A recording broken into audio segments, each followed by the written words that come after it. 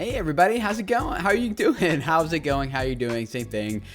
It's good to hang out with you guys here today, this evening. We're going to have a great time talking with you guys about YouTube analytics. And this is your first time here. If you're not familiar with how this show goes, the way it works is that there's myself and 5 other full-time YouTube creators, and we are here to hang out with you guys to talk with you about some of the behind-the-scenes stuff, the things that we focus on, the things that we look at when we are growing our YouTube channel, and hopefully doing that in ways that will help you guys grow your channel as well. So we got a lot of good stuff coming up. Antonio's in the hot seat, and I'll let him share more about that when he's up here. But we're going to share with you guys all that data, you know, your YouTube analytics that you look at, and you're just like, oh, what is all that? Like, I don't even know what to do with it, right? We're going to share with you guys the things that we look at, the key insights that we get from those, and how we turn those into actionable steps to help us grow and improve our channel and our content, make better decisions about our audience, and all that kind of stuff. So it's going to be a really good time. You guys are going to learn a ton while we're going through this. Please ask your questions in the chat. We'll do our best to get to as many of them as we can.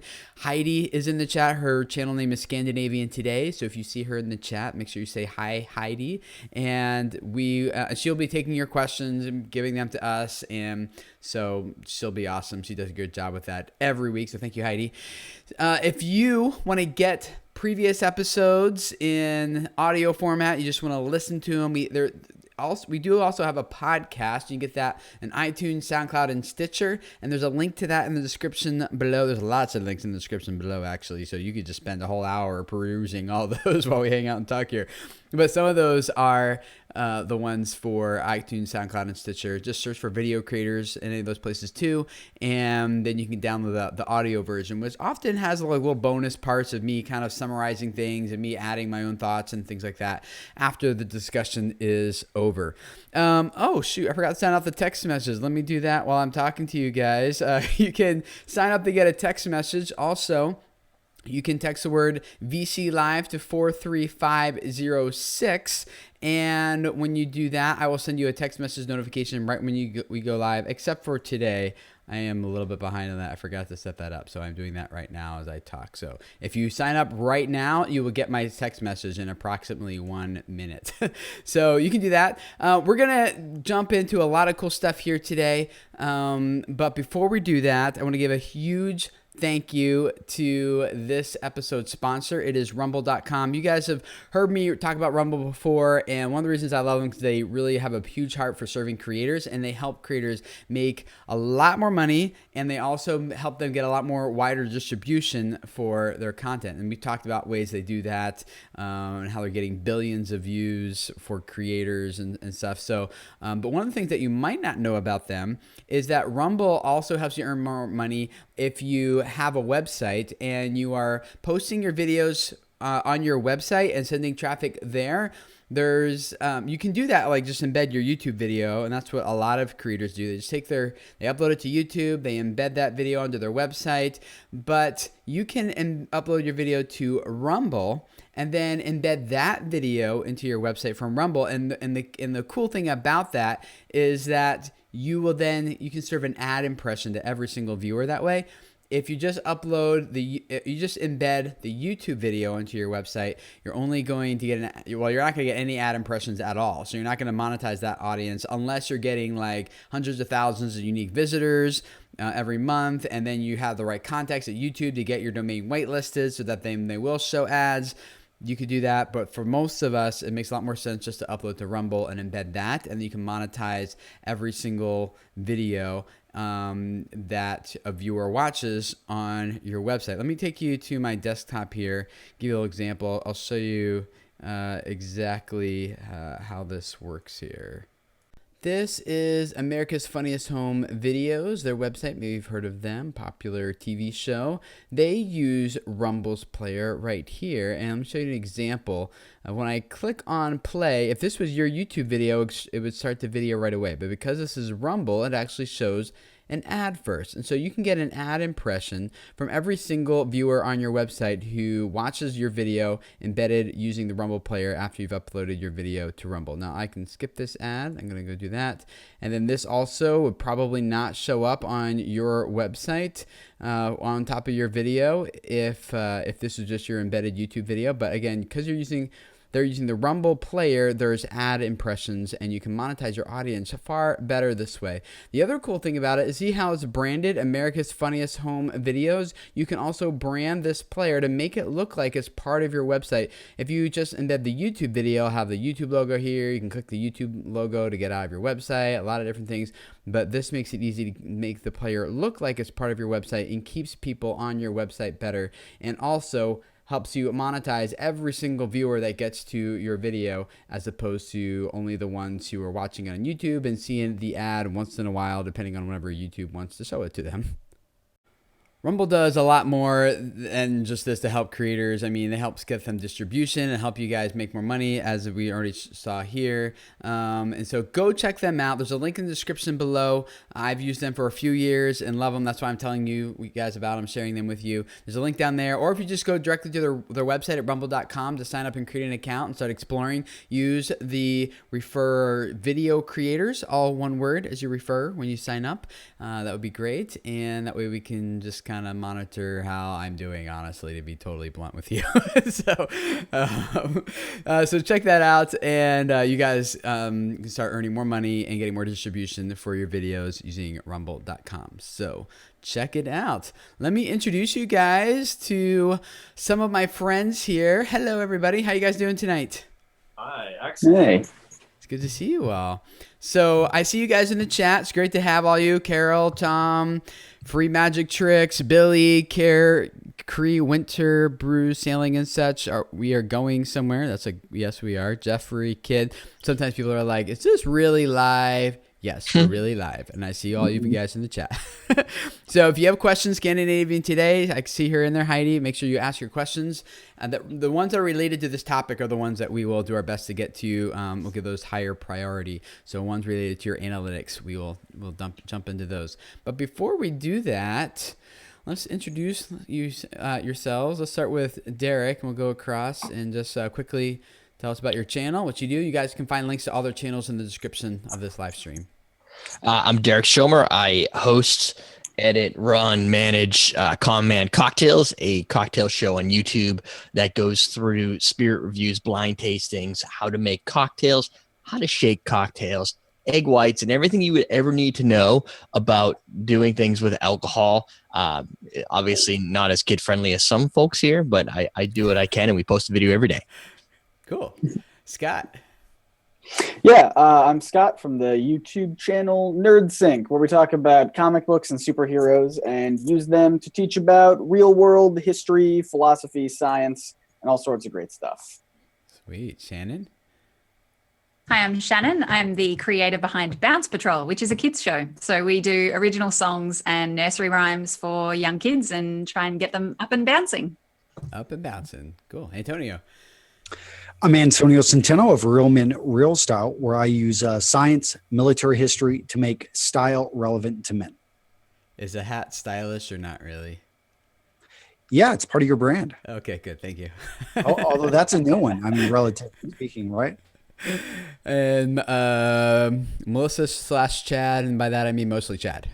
Welcome, Chad, today. My name is Chad Reynolds. I'm the executive producer of Clean My Space. I'm normally joined by my beautiful wife, who sits in and around this area. Her name is Melissa Maker, and together we run Clean My Space, which is a YouTube channel dedicated to helping people lead cleaner, more productive lives. Cool. At first, your audio was a little bit quiet, and I thought you said your channel was Clean My Face. I was like, I did just clean my face. I follow-up channel. There's a market for it. Yeah, sweet. All right, guys. Well, Antonio, you're in the hot seat. How can we help you today? Yeah, I want to talk about analytics. It's something that as my channel has grown, I realize it's really important. I think what perked up my attention to analytics, talking with you, Tim, is when you talked about a gentleman who focused in on his watch time, and he constantly adjusted his videos to increase the watch time and was able to I think the numbers were, you know them, but pretty, astronomical. Oh, yeah. Be able to get up his engagement, his customer satisfaction. So as I'm making the transition, I mean, I get pretty decent views on a video. Just within, 6 months ago, we put out a video. Pretty much any video is going to get 15,000, 10,000 views in the first 24 hours. But I think in the last month, since we've been really trying to improve that intro, be a bit catchy, I do feel that I'm consistently hitting my number, which is I want to hit that 20,000 in 24 hours. So the numbers I'm looking at aren't necessarily always analytics, except for now I'm going into that watch time and just trying to identify. But I wanted to, go around. I know, Derek, you really dive into your analytics, and this is something that you've probably got a lot to share. Tim, I know you've got certain ones that are important to focus in on. Shannon, I'd love to hear from you. I mean, with a channel with almost 1 billion views, what analytics are you looking at? But when it comes down to it, I really want to focus in on the analytics, maybe the 3 or 4 that yield you that 80%, 90% return. Because I don't have time to honestly spend 2 hours a day in analytics. Yeah. I really just want to be able to go in there and get that high level dashboard so that I can start steering the ship in the right direction. Yeah, cool. What do you guys got for him? I wrote down a few notes, but I have a feeling we're all going to end up hitting a lot of these same ones together. So let's find out. There's a lot of, so the first issue is there's so much, right? There, I mean, it doesn't look like there's a lot, but when you start drilling down, there's so much data. So it's like, if you try and take it all in, I think you just get overwhelmed and you're like, you know what? I'll just make videos, right? Yeah. It's just, there's a lot. So the way I typically do it is I kind of look at different things at different times. I never just focus in on one thing constantly. Yeah. One of the things I try to do is when I produce and I craft specific type of videos that I want to kind of lead the channel through the next 3 months or so is the kind of the ones that are making the money while I make stuff that I want to do. I look at my top 10 a lot over the 28-day period over a 3-month, and I keep breaking it out. And then I'll even go all the way to lifetime, which does take a while to draw when you have 8 years of content. But just to see how the news, because the old stuff, the stuff that was really hot still at the top, and my goal is to always beat those. So it's kind of like I compete against myself with my analytics to try and because looking at another channel that's better than me in subscribers and views doesn't do me any good mentally, but competing with myself, at least I'm on the same playing field and I can always try and outdo myself. Yeah. So one of the things I look at is those top performing videos. I look at those as well. One of the things I look at, and this isn't necessarily in my YouTube analytics, I just look at exactly what Derek said. Like, rather than like always comparing myself to like so and so, like to Daryl Eves. I saw Roberto Blake in the chat here a little bit ago. To all the other people, it's like, well, how about I just compare to myself to my best yet, and always just kind of like beat myself at my own game, right? And so I look at those my top performing videos, and I just kind of keep an eye on like, okay, which one's dropping? Why is that one dropping? What's common among my top performing videos? How can I maybe reproduce what worked well? Like, what did I do in this video that made it work really well? And this one that made it work really well. Try to learn the lessons of successes I've had and try to reproduce those. And I often, when I'm doing a channel consultation, that's one of the things I'll do also is I'll go look at a channel's top performing videos and try to pick up like the patterns, the themes that they did in those videos that they might not have done in all their other videos. And sometimes it's related to titles, sometimes it's related to thumbnails. Like, hey, you notice all your top performing videos have thumbnails with no text in them. In fact, all your other videos with text are not performing as well, or maybe vice versa, depending on the channel. But that's one thing I do. I look at the top performing videos and try to figure out what the patterns and the things that the successes and then I'll suggest also some of the analytics I dive into that help me make some of those decisions, but about what worked well and what didn't work well and why certain videos are performing well. But any of you other guys look at your top videos, and if you do, what do you do with those? I look at. Oh, okay. I look at our top videos Go ahead, Tim. fairly regularly. Sorry. I look at our top videos fairly regularly, particularly in a kid space, just to catch on to what the trends are and what you can learn from those lessons to improve about the content itself, but then also things like, longer videos do better than shorter videos and things of that nature. In terms of comparing to other channels, I think if you're comparing to peers who are on a same sort of level as you, that can be relatively useful as well to look at what their top performing videos are. So there's a site called Channel Meter where you can look up you look up a channel and it can show you their top 5 videos for the last sort of 30 days, what they did recently. So rather than just overall views, so you can kind of see without it being, that one's 8 years ago, therefore it's got a lot more views. You can kind of break that down a little bit better. And sometimes comparing across other channels can be useful. If you're in a big niche like kids, for example, there was an algorithm change a little while ago in the kids space. So if you're, sort of March, April, May this year, all kids channels took a nosedive pretty much when they changed the algorithm. And if your videos are going, what's going on? If you've been tracking, say 8 other channels that are your peers in your niche and they all kind of go up or down, then you can see that something might be kind of related to what the algorithm is doing with your niche as well. So that can be quite helpful. And you can get that information from Social Blade and places like that. Yeah. Social Blade for the win. Yeah. What other metrics do you guys look at? One of the things that doesn't involve any metrics, so I don't know if it's an appropriate comment or not, but one of the things that I find sometimes works well, especially when we start getting into a rut and we start trying to reproduce the videos that do well. And then when you do that, you end up not getting the same success that you did with the first video. So it maybe came down to the thumbnail. It maybe came down to the time that it was released, or just got picked up by another website or shared in a certain circle or whatnot. And I find an exercise which helps me, at least creatively, is to try something completely new. So therefore, something that I haven't done before, and start building new metrics and new analytics based upon trying something new. And then checking the watch time and seeing if, so we have always done traditional how-to cleaning videos. For the first 3 or 4 years of our of our YouTube channel, we really didn't do much, which strayed from here's a keyboard, here's how to clean a keyboard. And then we started doing follow-along routines because we started getting a lot of comments from people who were like, oh, hey, we're really interested in the motivational aspect. Just watching you clean gets me motivated to go and clean something. So we started a series called Clean With Me, which was something that we had never done before. We just basically filmed Melissa cleaning, and then we did a voiceover for it and put that up there. It's quickly become one of our most popular types of videos, and it's something that if we were just to pay attention to like analytics or what kind of has worked in the past, we probably would have never gotten to that point. So I also think trying something fresh and new and completely different, and then seeing what kind of results you get from that to compare against the stuff which you already that works. Yeah, it's a good idea. Yeah, I mean, I've been trying our family's vlogging channel. I just the past 2 vlogs, which is I just shifted the whole way that I'm not the whole way, but I'm experimenting with some very new and different things for us as far as our storytelling there. Which is weird because I have a video going up on Video Creators tomorrow about how I grew the channel almost 400% over the past year, and now I'm just changing it all.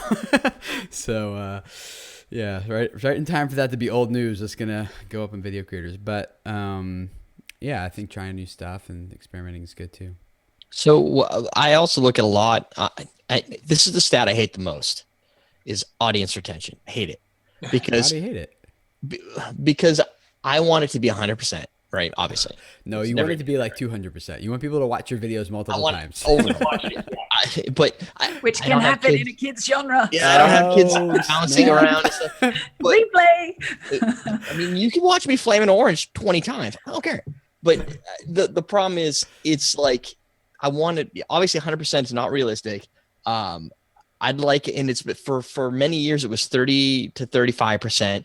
And like, I struggle to get it up higher and higher. And the problem is it's time sensitive, right? So it takes you a long time to grow those numbers. It's not like you just flip a switch and all of a sudden, you make one change and everything changes overnight. It takes a while to see the metrics kind of play in, like months, 3 months. And I've got up to 40, and the problem I have is I look at that stat and it just nags me because I have what I want to do and then I have the stat. And a lot of the analytics, it's like it's telling you you shouldn't do this because people seem to want this, like a shorter video or something, some sort of key that impacts how I want to produce content. So I have to kind of straddle the line between what I enjoy doing versus trying to get my stats perfect. If that makes sense. You know, yeah, and I resisted it for a long time, Derek. I know for me, and where are these numbers? Because I see a lot of the comments. There's a lot of great comments in the chat here, and people are asking where to start. And I don't like the analytics. I'm very much, I wanted to create my own stuff, but I have a bad habit in that I talk a lot on the beginning of my videos, and I like to just talk and talk. And my audience, they would always write, Antonio, we love you, but get to the point. Like, come on, man, start giving us the content. And I would see it. I'd be, they just don't get me. And then, then Tim goes into my analytics. He's like, the analytics is telling you to get to the point. And then you kind of realize, well, maybe all these people are right. And so, that's kind of how I'm taking it, is I'm taking the analytics and what the people are saying. And I'm like, well, I'll just give it a shot and, try 50, 100 videos, try getting to the point faster. We'll see what happens. Right. But the problem is when I poll my audience, like if I put out a survey, I had 250 respondents, which is pretty good, I think. And it was like, people were like, oh yeah, 15 minutes, that's fine. 12 minutes, that's fine. Whatever. We love it. Just keep going. We love it. Right. Well, the people that are responding, your most loyal fans. Exactly. Yeah. That's what they are. Right. So they're telling you one story and you're like, yes, that's what I'm trying to do. But then there's the other 90% or more that are like, no, we want less. Well, and you're like, why audience retention is valuable, because it doesn't lie. It's like, you can see exactly when people are abandoning your videos. You can see exactly what's making them leave. You can see exactly when they get bored or when they get confused or when something they think funny happens, so for those of you who don't know, I see some of you guys asking about this in the chat. The audience retention, if you go to YouTube Analytics and the left sidebar, you see audience retention, click on it. And then at the top, just select different videos. By default, it'll just give you an overview of your channel. And it'll give you a percentage. And a lot of you guys, I see you like Zenit JM and who was it? Said 80%. Other people. Oh, he was commenting back to someone else got 80%. Yeah.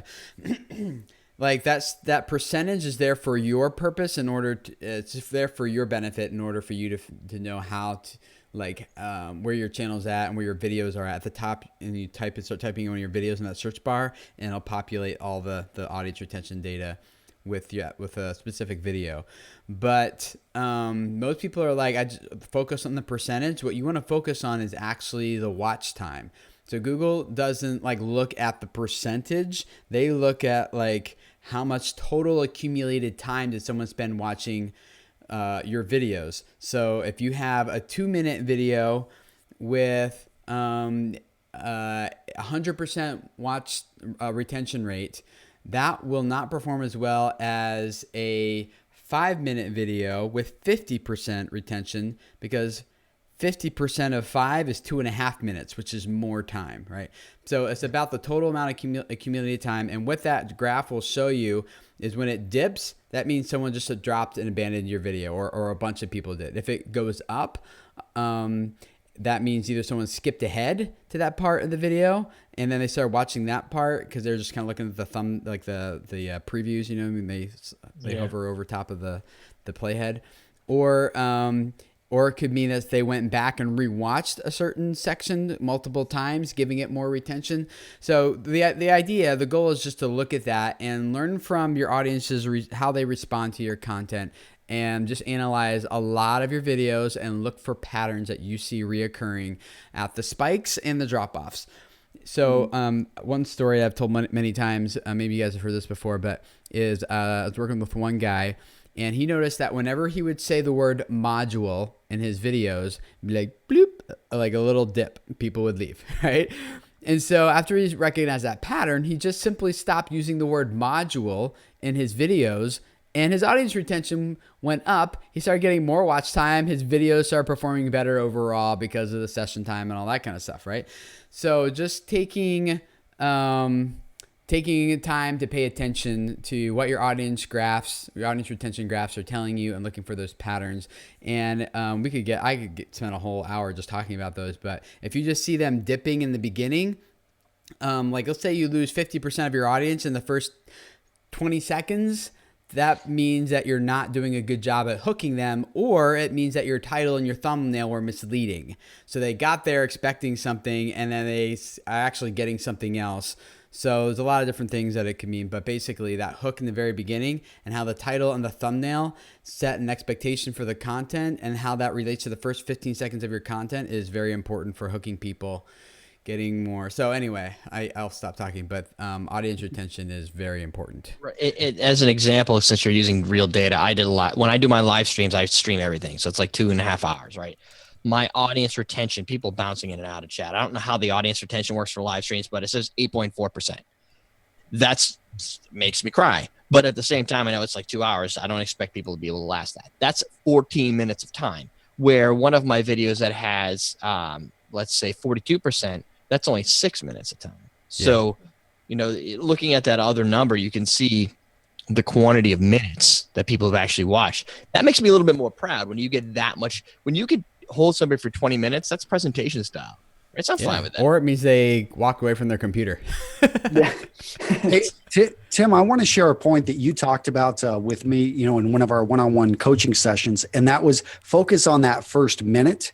And I mean, if you notice you're having drop off at the end, I mean, that you want to fix that eventually, but focus in on that first minute and really work to hold them, to really make sure that you maintain a higher retention, because that's going to feed into the entire overall watch time and retention versus, so I thought that because a lot of people are asking where to start, where should I really focus in on, but it's, my understanding is, that first minute, a big mistake that you pointed out I was making was telling people to leave my videos in the first minute to go check out my articles at Real Men Real Style, which I have infographics, and I had reasons for doing that. But you made a really good point about when you actually tell them to click away, you're really just kind of hurting yourself, and it's not sending a good signal to YouTube. Yeah, that's a whole nother metric we could spend some time, but let's hit up one of you guys' questions. I see a lot of them coming through here. Daisy Arabeth, at what stage should you start focusing on analytics? Several videos in? What do you guys recommend? What's several to you? I'm thinking several for me is 100. Just take it for whatever it is. A couple of videos. As soon as you've got good enough data, like as soon as there's enough information there that you can actually draw something useful out of it. If it's 5 views, it's probably not gonna give you much to go off. But if it's a decent data set, then you can start using your analytics to get information right away. It's even more useful when you're first starting out, I would say, because you're trying to refine the formula and how you're going to make a video and that kind of thing. The earlier you start paying attention to what your audience is liking, the better, I would say. Especially a statistic like audience retention, which we've talked about ad nauseum. However, we hate it because we, of course, do all want it to be 100%. So when you see it at 20%, that obviously will drive you crazy. But what you can learn, we've learned more from the audience retention number, and we've executed more decisions which have been actually incorporated into our videos from that one metric than any other metric available on analytics. Simply because often people will think that, I get a drop off at here at like the 3-minute mark is when people try. So I'll make shorter videos. I'll try to get It shouldn't so much dictate the length of your content. Yes. You can actually just start learning more smaller points, which actually help you out. As Antonio pointed out, that first minute, and we even pushed it to the first 15 seconds of the video. With what you get out there, if you can't pitch someone in the first 15 seconds to stick around, plus you also use the beginning of the video to have them stick around at the end. Hold a piece of content until the very, very end so that they do have to watch the entire video. Or stop using stop words. So therefore, if you made a video which is 5, great rum cocktails, and then you get to number 5, and then right after that, you start going into your outro, and you're like, well, that's it, guys. Yeah, Guess exactly. what they're going to do? They're going to bounce right then and there. So if you have any calls to action or any information to give at that point, you've kind of blown it because you've had that viewer leave at that point. I blow it. I do that all the time. Like I have a bad habit. I catch myself every time. Like, all right, that's it. and I'll say it. I'm like, yeah. "Ah, Yeah. Go back and edit reshoot that. Cut thing." that out. Yeah. Yeah, I cut it out just to get rid of it, and then I've started. I used to do no editing at all, and just not no editing, but usually only if there's like something crazy that happened. Now I'm trying to get out just some of that dead air, or what it could be dead air, even shaking. If you're shaking for 15 seconds at a cocktail, I cut the shaking down a little bit, just because I don't want people to leave during specific pieces. But I also found that, and maybe you guys have seen this too, if you make a video and let's say you do a 6-minute video and everybody leaves at 3 minutes, I found that in certain cases, if you take that same video and you shove it down at 3 minutes, they leave at 1.5 minutes. Yeah, so that's what I was going to say, because Chad made a really good point there, because what you get from the audience retention graph isn't like necessarily, like this, the correct conclusion isn't always I need to make my videos shorter. It's in fact, you need to look at what is causing them to leave, and it's probably not the length. Now, editing shorter might force you to be more concise, keep the pace moving, but if you can get the pace right and do it for an hour, they'll keep watching. Like, who was it that someone said it, but I really agree that it's not the length of the video, it's the quality of the video, because people will sit down and watch hour-long TV shows, Netflix shows, like even YouTube videos. They abandon it if they don't feel like they're getting the value, and it's not worth their time to keep watching. So it's more about the editing and more about the storytelling techniques. I would not just jump to like, well, they can't sit through a 7-minute video, so I need to make it shorter. Right. Yeah. Kinda, and if I can just add, to get back ahead. to to get kind of back to the question that was asked about like when you should start doing it. I wholeheartedly agree that it's incredibly beneficial to start real early, because for me, for example, if you go back and watch our old videos, it follows a completely separate format than what we're doing right now. We had like the main segment of the show, and then after that were like different little segments. And because I never really looked at analytics back then, I just kind of baked in those little segments as this is a part of the videos we make. And then when I went to actually look at how they were performing, incredible drop off at those points. Yeah. And so when I changed it, which was like years into making these videos, when I changed it to just do away with that and just have the one main segment, and then there, I got a ton of people going like, what happened to this thing that we've gotten so accustomed to? And so I had to kind of cleverly repurpose that into like our podcast to be there you go. Well, at least it's somewhere now. Yeah. Yeah. So I have a friend, what they would do after studying that, and this is in response to another question. G-rated family gaming. So do any of you cut part of the video in response to your analytics? And I think we're all saying yes here. Yeah. To give you an example, besides like the module example, I have a friend who watches their retention scores like very, very closely. Every single video they do, they super detail oriented, lots of conclusions they draw from that. But one of the things that they do is they got really good at learning when they edit, okay, I think the audience is going to leave here, and so they re-edit that part before they publish the video. Like, they're getting good at predicting how their audience is going to respond to their videos because they've watched so many.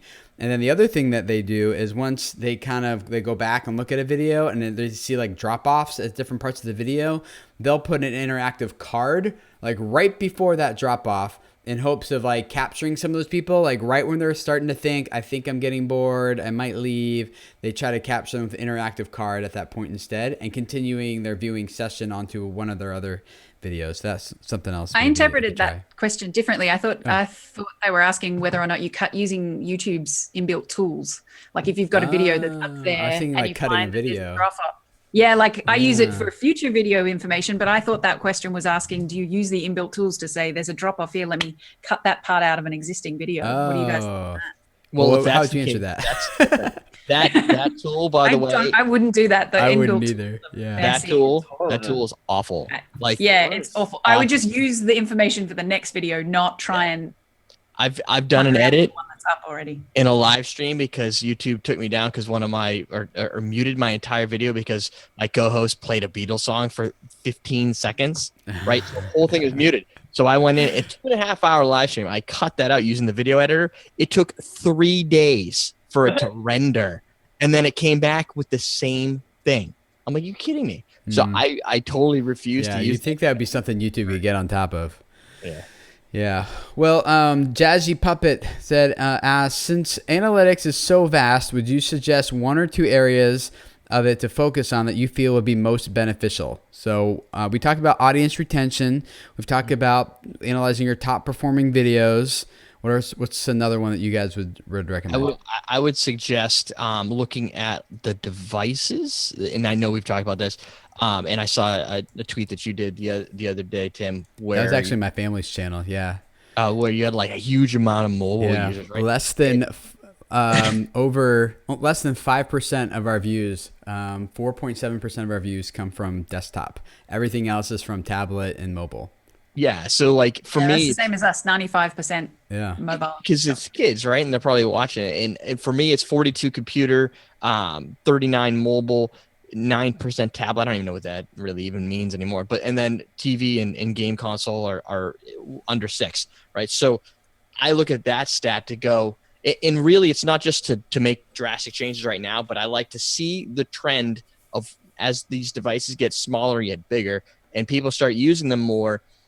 That's going to change how we probably are going to react, right? Because if you do a 2-hour live stream and nobody's going to watch on a mobile, right? So I think it might dictate some of the on point, like Antonio was saying, like get to the point for specific videos. If you're on a mobile and let's say you're at Walmart, and you're looking at a review and you're like, I just need to know 3 things about this product right now. I don't care about your life story. I need to know about these 3 things. Yeah, people have a different viewing experience on each device for sure. Yeah. So I think that like on TV, they're probably leaning back, maybe multitasking. I would guess a Let's Play channel that does gaming would probably have a higher TV. I think it lets you get more time in with the viewers, 20, 30, 40 minutes that they'll just sit back and drink their I don't know how old they are, but they're drinking their juice and watching the show. Do any of you other guys look at your devices? Oh, I was just going to say, if you do have a channel that's really concentrated on mobile and tablet for devices, one of the things that you can do with that information is frame the shots differently. So something that I think about, because everything that we watch is on a very small screen, you don't necessarily have a long shot where you've got the full body of the person. You need to look at something portrait on a mobile and make sure you can still see their eyes. So what that means is you've got a lot more close-up shots, for instance, and you're doing things generally more zoomed in terms of the way you're actually filming the video, to make sure that it looks good on all screens. And like, we don't worry about 4K and things like that because 90%, 95% of people are watching on a teeny tiny screen. So clearly we're all agreeing on the fact that this is an incredibly important metric. We've seen in the past 3 years our desktop viewership go from 76% of the viewers to about 18% of the viewers. And during that time, we always did end cards, and end cards with the traditional YouTube annotations are only available on desktop. So now we're still doing something in our videos to this day, and it's kind of a real-time comment that I'm making because this is something that we're going through and making some changes with now, especially with the new end cards that YouTube is offering, which are available on mobile now. So now 75% of the people who are watching our content will be able to continue the viewing experience, more watch time, all of the rest. Plus, there's a really handy sub button that they can go and click on, and it's 76% of your audience. So it's an excellent metric to as everybody's brought up, make changes in a positive way.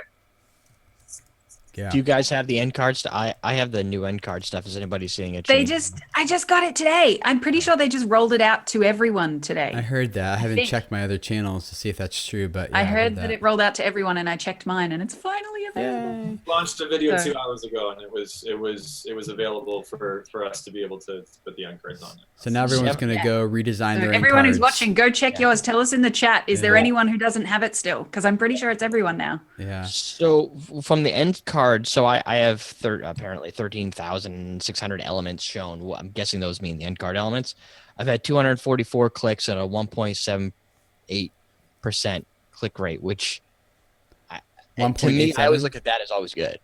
It's better than 0. No. Yeah. You should get higher, but I don't know how to, I got to tell them, like, click here. Like I can only scream so hard. Like, there's buttons here.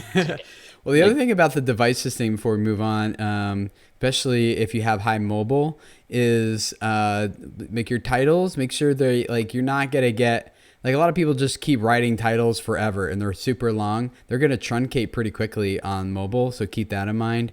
And then also your thumbnails have to be clearly discernible at a very small size. When I edit my thumbnails, I edit as a 1080p resolution, but I zoom all the way out in Photoshop so it looks like it's tiny at like a 125 by 67 or 120 by 67, whatever that resolution is, really small, where it's going to be shown as a related video.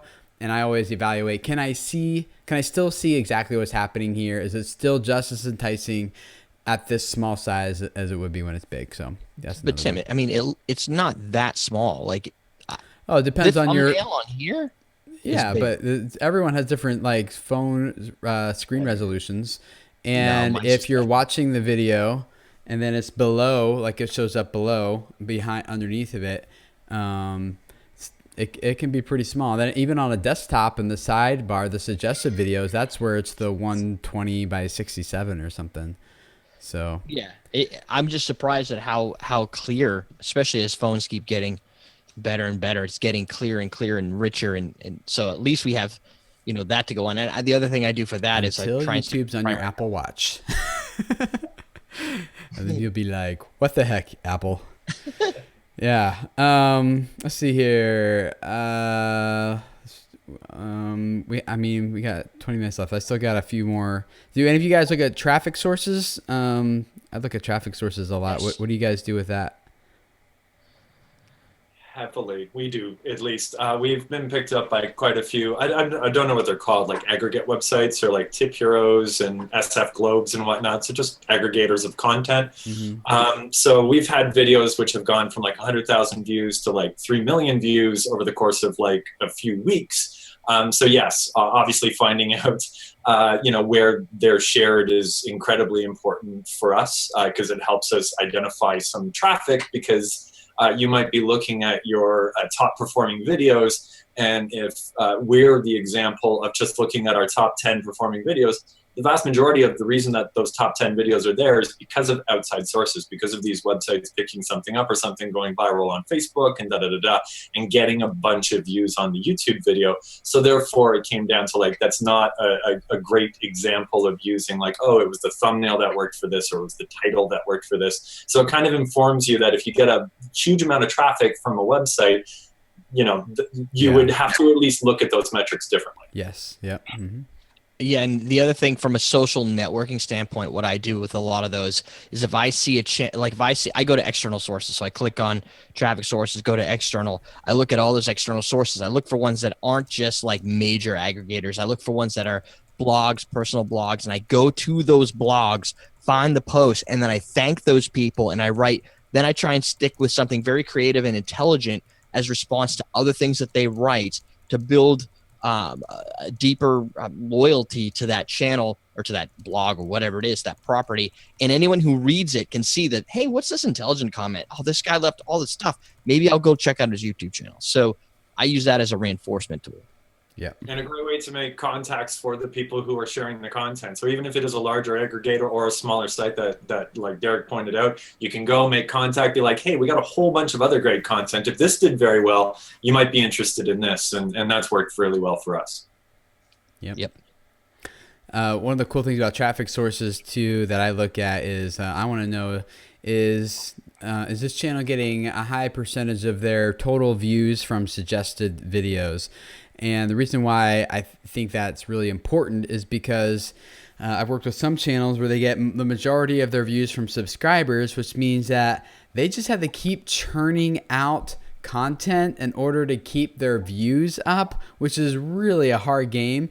And it doesn't pay that well because subscribers don't tend to be as valuable from an ad perspective as people who are just searching and browsing for something and then see a relevant ad for what they're searching for. Whereas a subscriber, like your ad's like an interruption, and if they can't, unless they can't skip it, they will, because they just want to get to your content. So, I really like seeing really high numbers of like 80-90% of an overall traffic coming from suggested. What that also tells me when that happens is that this channel is doing a good job at with their titles and thumbnails at positioning their content in a way that their target audience would want to, when they see it, they want to consume it. So if you don't have very good suggested traffic, I would recommend first working on your titles and thumbnails, and then also how you hook the person, and then after that, the content itself, of course, which is probably the first thing you should focus on anyway. But yeah, suggested and browse features are a good indicator of how well Yeah. you're doing with the algorithm deciding that you're a video that it wants to recommend to other people. And that's the easiest way is to get the algorithm to like you rather than getting, Yep. 100,000 People. people to like you. Yeah. So- People when you have algorithms. yeah, explain browse features. That was the next thing I was going to talk about too, but explain browse features, Shannon. So browse features is more places that the algorithm might recommend you. So on the what to watch page and other places around where you're figuring out. So it's like your homepage. It's like your subscription. It's like the YouTube features that are built in. Mixes, I think, as well. Mm-hmm. Like overall sort of broad categories that YouTube puts together. Like here's a whole bunch of things about learning for kids, stuff like that for us. Yeah. So it's other ways that YouTube batches videos together and comes up with a recommendation for a user besides just recommended videos down the side on a watch page. Yeah. I think the problem with that when I was talking to the YouTube folks is a lot of, not only is it keywords, but it's also dictated by watch time over that first 24 hours or the first burst of time, right? So the I know view a lot of- velocity or not, Yeah. but it's not view, it's watch time velocity, but yeah. Yeah. And the problem is, I think I know there's tons of these let's play video game channels that are like creating content that these big gamers are creating, and they're like, I can't get seen. And, for them, that's a lockout right there. Cause like it only takes a few top gamers to produce content, and it's going to get so many views so quickly that it locks them out. And now they have to kind of feature themselves in the sidebar, right? So they got to you just got to align yourself a little bit different and tackle the problem in a different angle than going directly at keywords. Yep. McCann Dogs asks, going back to audience retention, how realistic is the relative retention metric? Where does it even come from?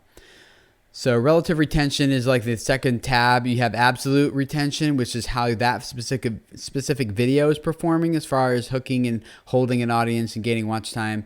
The relative audience retention tab just shows you how that video's performance, how it compares to all of the videos on YouTube of a similar length, which is really generic and really broad. So if it doesn't mean it's not the same category, not same audience, it's just a length of a similar length.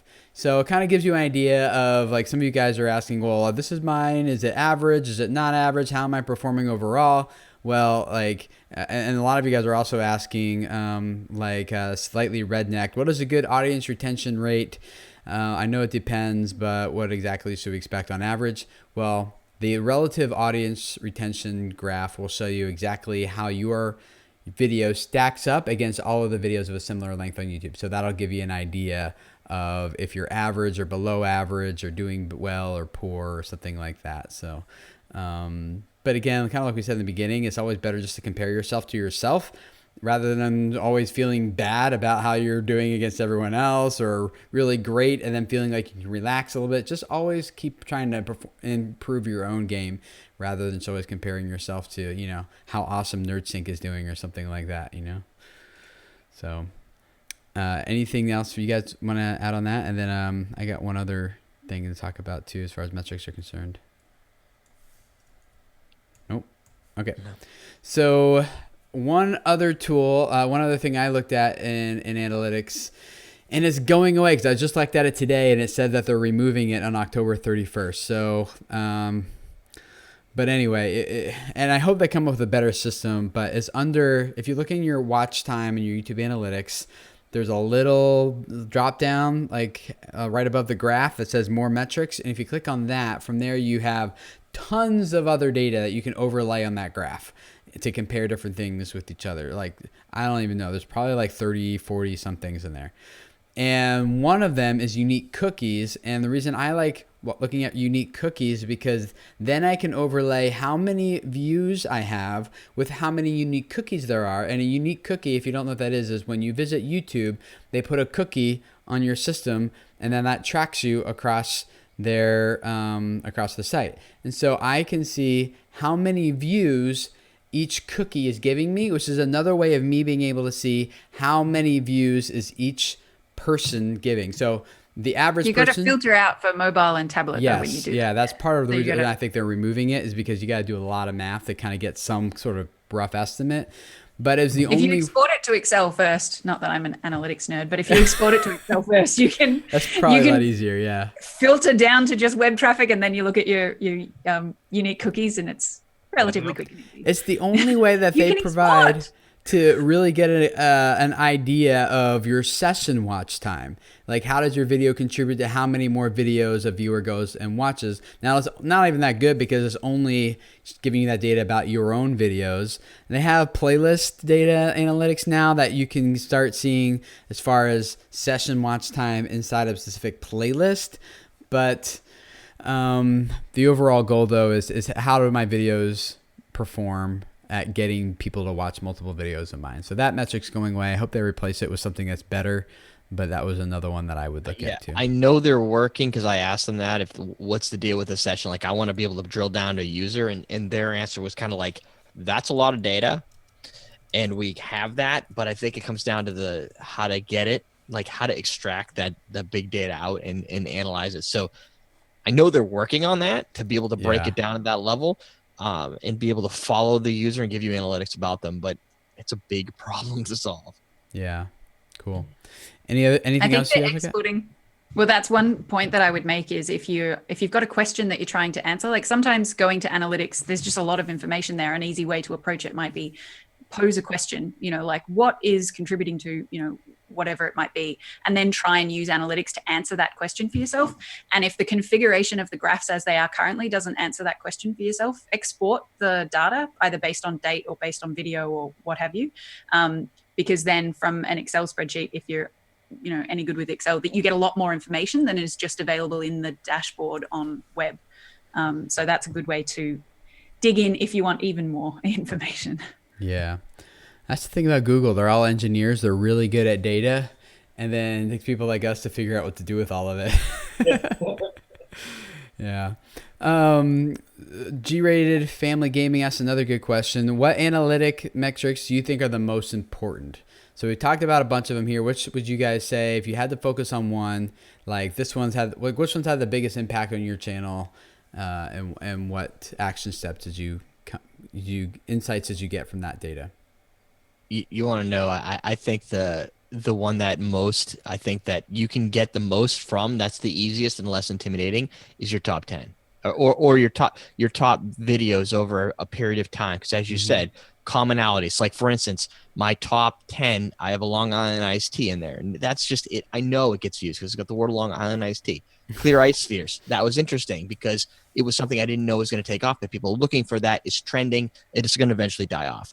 But the next two are 6 Easy Gin cocktails, 6 Easy Vodka cocktails, both of which I produced in the last 3 months. I saw one work and I said, I can do this again and again and again. I've done it 6 times, right? So I did 6 Easy Gin, vodka, name your freaking spirit. I've got a 6 Easy for it, right? Yep. So I'm getting I'm not an idiot. I'm pretty stupid. But when I see something there, I can go, hey, what if I just tweak it a little bit and make another video that adds additional value? And all the rest of the stuff just kind of falls in line, thumbnails, all that crap. Yeah. But you can at least see from that how you're doing with specific content that you can reproduce with the pattern. Yeah. Scott, how about you? Which one you said number one? Start with this one. Oof. I mean, the one that I've gotten the most use out of for sure has definitely been audience retention.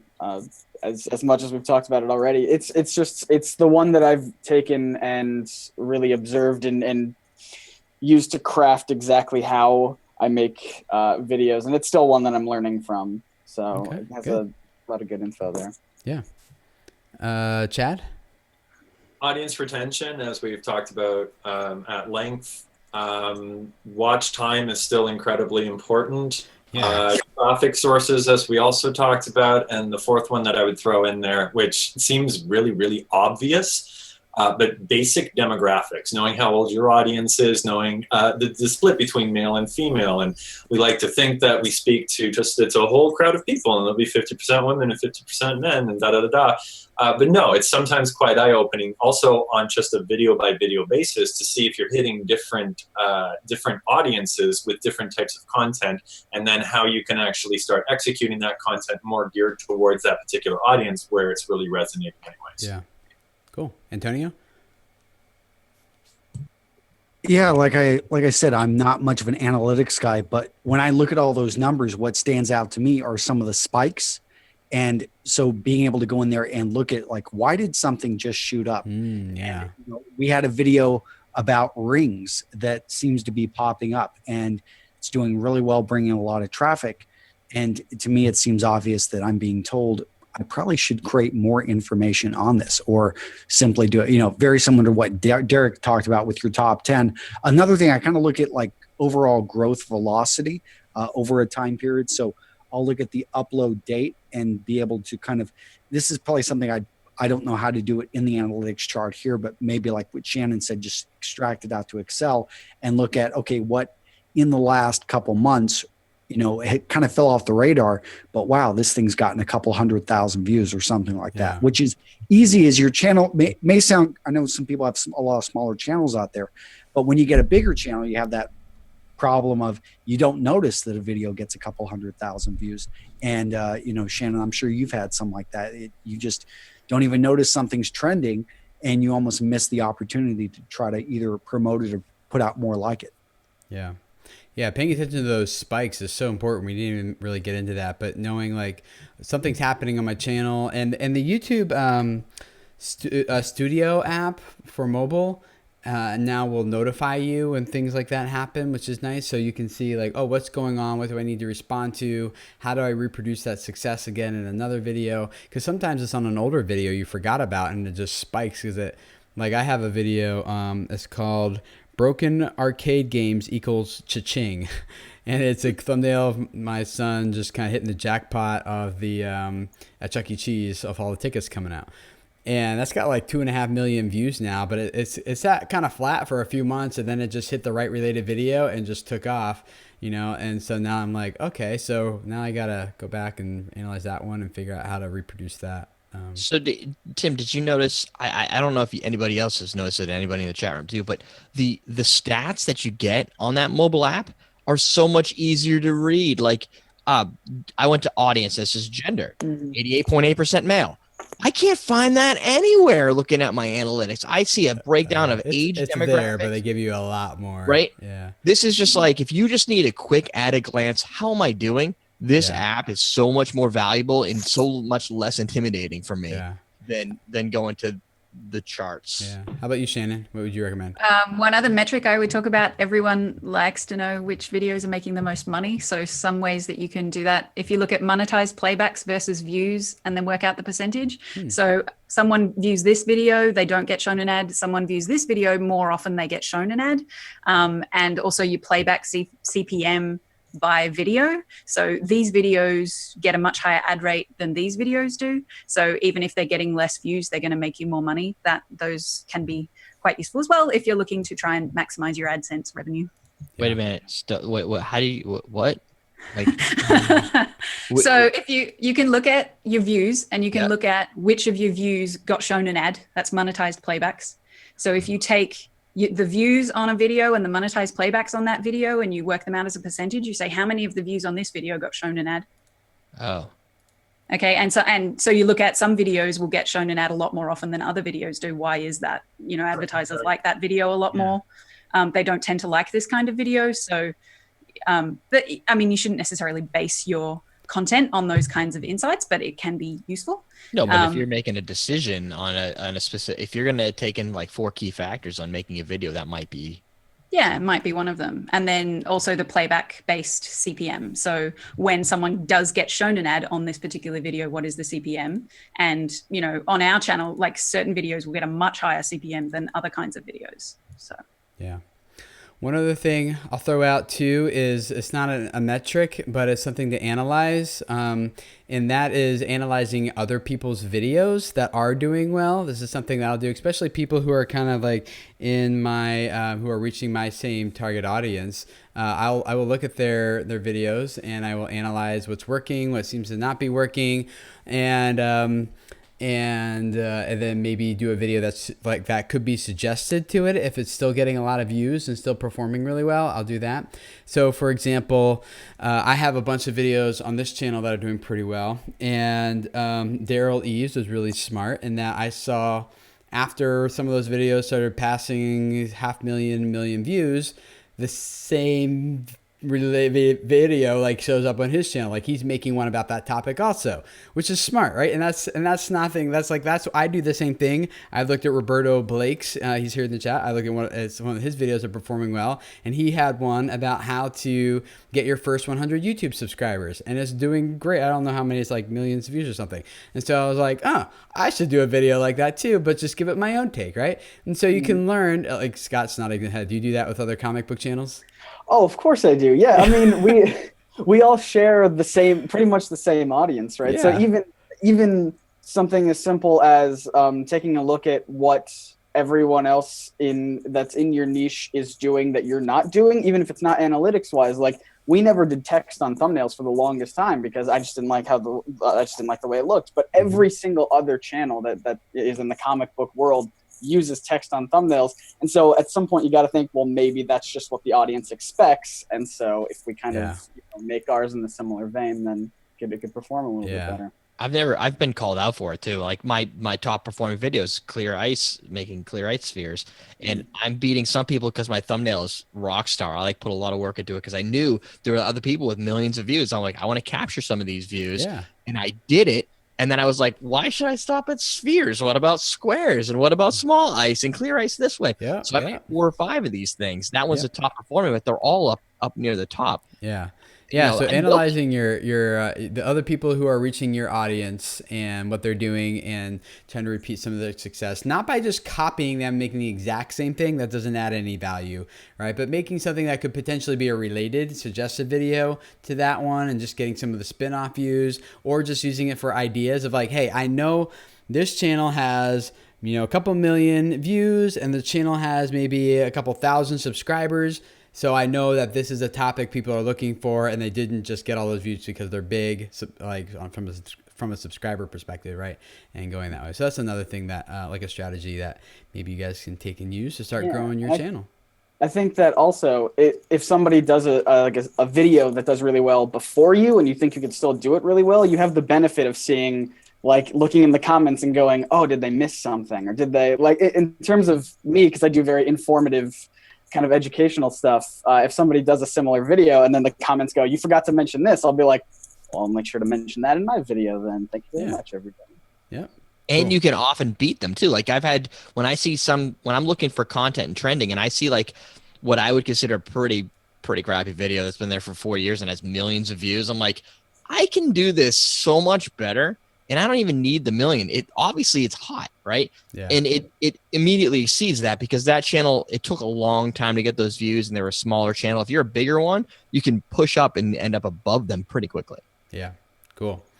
Well, great questions, guys. You guys have been asking some good stuff, and I hope this was helpful. It's good for me to kind of refresh and review and go over a lot of this stuff again. So thank you for the opportunity to do that with you. It's been great hanging out.